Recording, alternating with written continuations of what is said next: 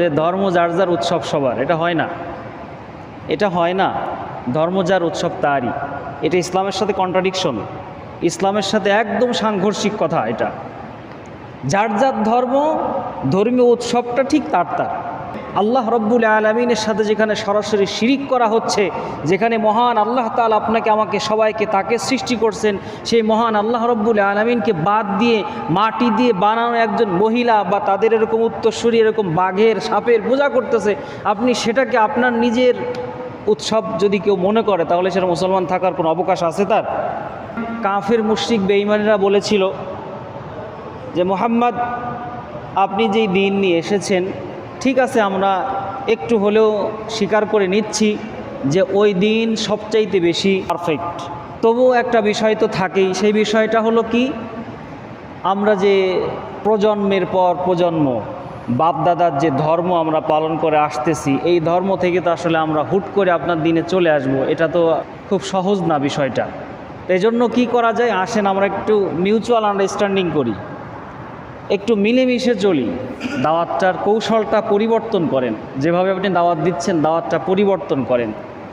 যেমনি ইহুদি খ্রিস্টানরা কিন্তু শেখায়, এই হুজুর তুমি যে ইসলামের দাওয়াত দিচ্ছ, ওই ইসলাম আসল ইসলাম না, আর আসল ইসলাম তো শুধু শান্তি আর শান্তি। অনেক সময় কিন্তু ওরা বোঝায় সেই ইসলামের কিচ্ছু মানে না, কিন্তু আলেমদেরকে সে নসিহা করে। অথচ আল্লাহ রাব্বুল আলামিন কোরআনুল কারীমের মধ্যে বলেছেন যে আল্লাযীনা মাহু আশিদ্দাউ আলাল কুফফার রুহামাউ বাইনাহুম। নবীজি সাল্লাল্লাহু আলাইহি ওয়াসাল্লামের সাহাবা যারা হবেন, সাথী যারা হবেন, তাদের চরিত্র আল্লাহ তাআলা বলছেন যে মাহু আশিদ্দাউ আলাল কুফফার, কাফেরদের জন্য হবেন খুব কঠিন, রুহামাউ বাইনাহুম, আর নিজেরা নিজেদের জন্য হবে দয়াশীল, নম্র একদম। তো এইভাবে আল্লাহ নবী সাল্লাল্লাহু আলাইহি ওয়াসাল্লামকে প্রপোজ দেওয়া হলো যে ঠিক আছে, আপনিও আপনার রবের গোলামি করেন, তার দাওয়াত দেন, আমরা যে লাত মানাত উজ্জা হবল এগুলার ইবাদত করি, আসেন আমরা একটু মিউচুয়াল করি, আপনিও কিছুদিন আমাদের এই মূর্তিগুলার পূজা করেন, আমরাও কিছুদিন আপনার আল্লাহর ইবাদত করি। ওই যে সেই কথার মতো যে ধর্ম যার যার উৎসব সবার, এটা হয় না, এটা হয় না। ধর্ম যার উৎসব তারই, এটা ইসলামের সাথে কন্ট্রাডিকশন, ইসলামের সাথে একদম সাংঘর্ষিক কথা। এটা যার যার ধর্ম, ধর্মীয় উৎসবটা ঠিক তার তার।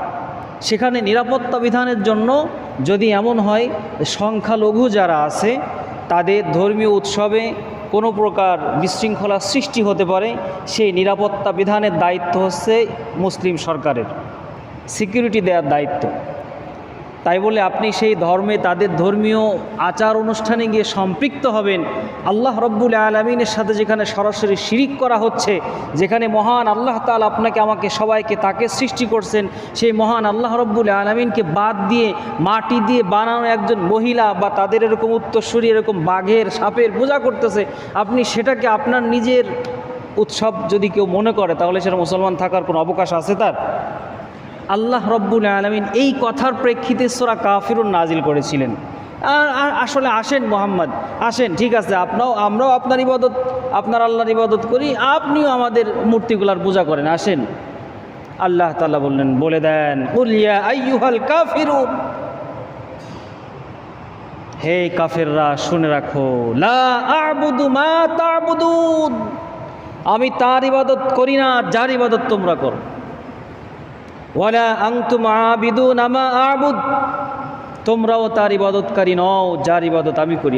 শেষ আয়াতে আল্লাহ রব্বুল আলামিন বললেন যে লাকুম দীনুকুম ওয়ালিয়া দীন, আপনি বলে দেন যে তোমাদের ধর্ম, তোমাদের দিন, আমার দিন আমার, এর ভিতরে মিশিয়ে ফেলার কোনো সিস্টেম পদ্ধতি নাই।